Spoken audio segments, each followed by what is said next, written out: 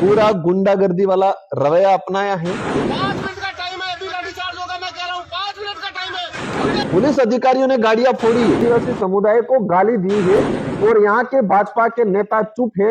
भाजपा राज्य में जो गुंडागर्दी करने वाले अधिकारी हैं, जो भ्रष्ट अधिकारी हैं, इनको ही तवज्जो मिलती है। सरकार कहीं आई है कहीं जाएगी। कुछ दिन पहले नरपत सिंह नामक व्यक्ति की चाकू से हत्या हुई उदयपुर में। 70 घंटे तक बॉडी पड़ी रही, तुरंत धरना चले, हाईवे भी जाम किया गया। सिंघम हो आप, वहां पे सिंघमगिरी क्यों नहीं दिखाई? आदिवासी दलित पिछड़ों की जब बात आती है आप सिंघमगिरी दिखाते हो, तो आप पुलिसिंग दिखाते हो। भाजपा के राज में कानून की कलम जाति धर्म को देख के उठ रही है। नमस्कार दोस्तों, मैं हूं गोविंद शंकर सरगरा। आप देख रहे हैं राजधानी खबर। सायरा इलाके में हाल फिलहाल एक हादसा हुआ था और हादसे के बाद लगभग 7 घंटे तक धरना प्रदर्शन हुआ। हालांकि हादसे आपने बहुत सारे देखे होंगे और धरने प्रदर्शन भी देखे होंगे। इसी दौरान सिंघम नाम से एक अधिकारी मौके पर पहुंचते और इस तरह के आरोप है कि सोशल मीडिया पर जो वीडियो चल रहे हैं उसमें उनकी जो अधिकारी जो लहजा है वो नहीं झलकता है और फिर वो दंका के सभी लोगों को हटा देते हैं। हमारे साथ राजकुमार जी रोत हैं, इनसे हम बात करेंगे। सर, आप क्या मानते हैं किसी एक अधिकारी पद पे बैठे व्यक्ति को इस तरह आके लोगों को धमकाना क्या कितना सही मानते हैं? सारा जो घटनाक्रम हुआ है उसमें सारा का सारा पुलिस प्रशासन की लापरवाही है पूरा, और वो स्पष्ट दिख रहा है, सार्वजनिक है। आज पब्लिक नहीं बोल रही है, ये बात अलग है, पब्लिक के अंदर आक्रोश है, लेकिन इतना स्थानीय लोगों को दबाया जा रहा है जिसकी कोई सीमा नहीं है। उस घटना के अंदर मेरा जो व्यू है कि मैं भी किसी हाईवे को जाम करने के पक्षधर नहीं हूं, लेकिन हाईवे जाम इसलिए हुआ है कि लापरवाही पूर्वक एक्सीडेंट हुआ है। उस आदमी ने उस बॉडी को घसीटते हुआ लेके गया है, उस वजह से परिवार और ग्रामीण जनों में आक्रोश, और सभी समुदाय के लोगों ने मिलकर धरना दिया। लेकिन एक पुलिस अधिकारी के द्वारा न वार्तालाप की गई, न हमारे पार्टी के पदाधिकारी तेरे बाप पे आज थोप रहे कि बाप के लोग थे तो बाप के हम विधायक हैं, हमारे 4 विधायक है, बाप का मैं सांसद हूं। तो किस अधिकारी ने हमसे बात की कि बाप पार्टी के आपके लोग हैं, उनको समझाओ। किसने हमसे बात की? हमारे लोग लास्ट में अंतिम में पहुंचे हैं, और पुलिस अधिकारी आप वीडियो में स्पष्ट देख रहे हो कि डिप्टी एसपी जो है सूर्यवीर, उन्होंने स्पष्ट गाली दी है। मतलब मैं खुद इस गाली को नहीं दोहरा सकता, ऐसी पूरे आदिवासी समुदाय को गाली दी है, और यहाँ के भाजपा के नेता चुप हैं, और भाजपा के नेता उस अधिकारी को और इस घटना को साथ दे रहे हैं। पुलिस अधिकारी ने जाके उनको जप्ता है, लाठीचार्ज किया है और गाली गलौज किया है। इसके बाद उपद्रव जो घटनाक्रम में किसी 10 लोगों ने 50 पत्थर मारे होंगे मान गए। पुलिस अधिकारियों ने गाड़ियां फोड़ी, हमारा विधायक प्रत्याशी से उसकी गाड़ियों को बहुत बुरी तरह से तोड़ा है। मतलब कहीं ना कहीं उकसाने का काम किया, जो पूरा शांतिपूर्ण तरीके से जो विरोध चल रहा था उसको मौके पे जाके उकसाने का काम किया। पूरा गुंडागर्दी वाला रवैया अपनाया है, पूरा तानाशाही वाला।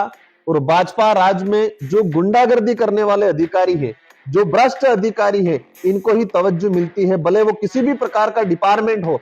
हर डिपार्टमेंट में भाजपा ऐसे गुंडा प्रवृत्ति के लोगों को, भ्रष्ट लोगों को आगे ले जाने का काम कर रही है। आज उनको लगता है हमारी डबल इंजन की सरकार है, तुम्हारे मन में जो भी आए कर लो, लेकिन ये समुदाय, इस क्षेत्र की जनता आने वाले समय में सबक सिखाएगी लोकतांत्रिक तरीके से। ये लोकतंत्र है, ये याद रखने की, भाजपा के नेताओं को लोकतंत्र है याद रखने की जरूरत है। इनको लगता है कि राजतंत्र है, उनको लगता है कि हमारी सरकार है, सरकार कहीं आई है कहीं जाएगी, कहीं गई भी है। लेकिन आज जिस रवैया, जिस तरीके से आदिवासी समुदाय को, मेरा इस घटनाक्रम में कहना है, कुछ दिन पहले नरपत सिंह नामक व्यक्ति की चाकू से हत्या हुई उदयपुर में, एक मकान मालिक ने उसकी हत्या कर दी।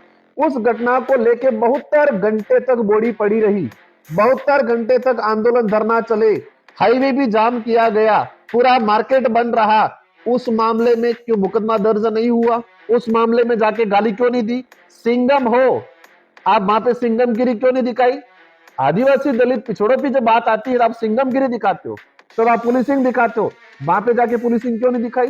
वहां पे आपने वार्तालाप की, वहां पे उन लोगों की जो मांग थी वो मनवाई। वहां पे सिंगल मुकदमा, आज कह रहे हैं कि मृत शरीर सम्मान विधेयक कानून के तहत हमने कार्रवाई की। 72 घंटे तक डेड बॉडी पड़ी रही, वहां पर मृत शरीर सम्मान विधेयक कानून आपका लागू नहीं होता है। लेकिन आदिवासी समुदाय था, वहां पर 5 घंटे बॉडी पड़ी रही, वहां तुम्हारा कानून लागू हो गया।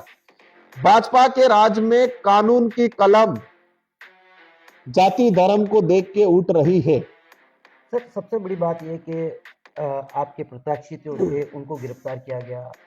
एक 40 से 50 जो लोग वहाँ मौके से गिरफ्तार किए, गाड़ी भी बरामद की गई।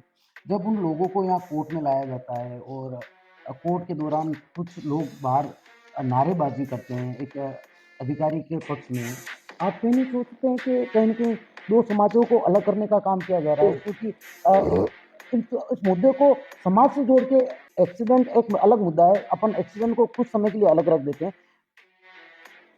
किसी समाज के व्यक्ति को गिरफ्तार करके लाना और फिर इस तरह की नारेबाजी करना, आप कितना सही मानते हैं? क्योंकि समाज को 2 भागों में विभाजित करने का काम किया जा रहा है, क्योंकि आरोपी है, शायद वो किसी भी समाज के हो सकते हैं, मगर इस तरह गेट पे कोर्ट के बाहर इस तरह नाराबाजी करके वो क्या जताने चाह रहे थे कि मतलब समाज को प्रमोट कर रहे थे या फिर आपको जो आप पार्टी के प्रत्याशी आदिवासी जो लोग हैं उनको नीचा दिखाने की कोशिश की जा रही है? जो भी लोग मुझे उस बात का ज्यादा गुस्सा है जितना घटनाक्रम नहीं हुआ उस बात का गुस्सा है। और मुझे नहीं, सब जो निष्पक्ष लोग हैं सबको, एक पुलिस अधिकारी के पक्ष में पुलिसिंग को लेकर नारेबाजी करवाई।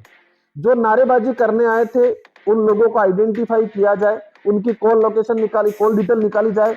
जो अधिकारी थे उन्होंने फोन करके, जो भूमि दलाल थे, कुछ व्यापारी थे जो उनके मिलने वाले थे, जो गलत कांडों में साथ देने वाले लोग थे, उनके थ्रू ऐतिहासिक पृष्ठभूमि की हम बात करते हैं। ये इलाका आदिवासी समुदाय कहा जाता है कि भील समुदाय का एक हल्दी घाटी के युद्ध में मजबूती से खड़े रहने की वजह से ही मेवाड़ को और पूरे देश में, विश्व में प्रसिद्धि मिली है। महाराणा प्रताप को इसलिए महान माना जाता है।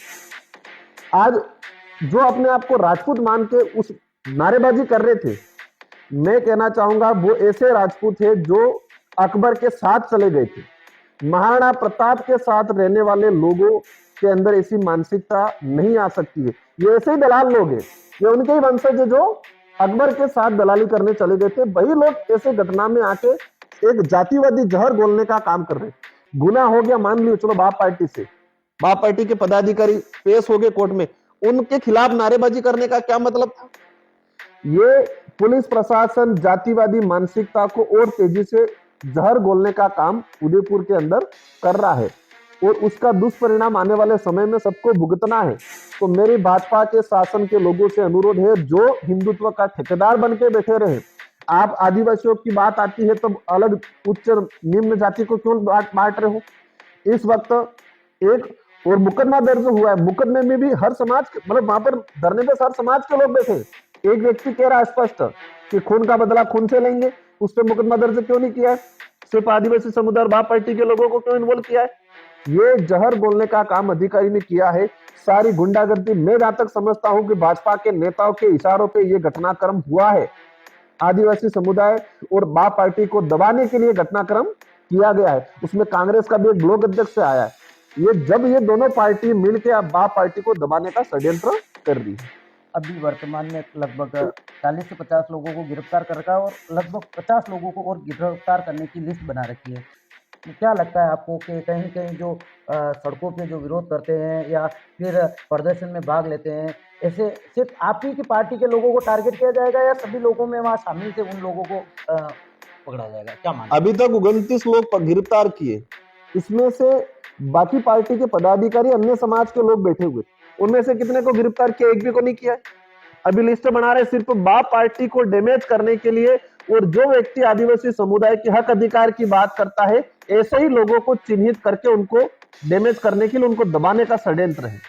इस घटना में कानून व्यवस्था को बरकरार रखने की उनकी मानसिकता नहीं है। इनकी मानसिकता है कि इस इलाके के अंदर जो भी आदिवासी हक अधिकार की, जल जंगल की, जमीन की बात करता है, राइट्स की बात करता है, ऐसे सोशल एक्टिविस्ट को आइडेंटिफाई करके उनको जेल में डालने का षड्यंत्र रचा जा रहा है इस घटना की आड़ में। और ये प्रशासन चाहता था ये घटना हो, प्रशासन ने जानबूझ के कराई है ताकि इस इलाके के अंदर जो भी सोशल एक्टिविस्ट है, ट्राइबल, उनको दबाया जाए।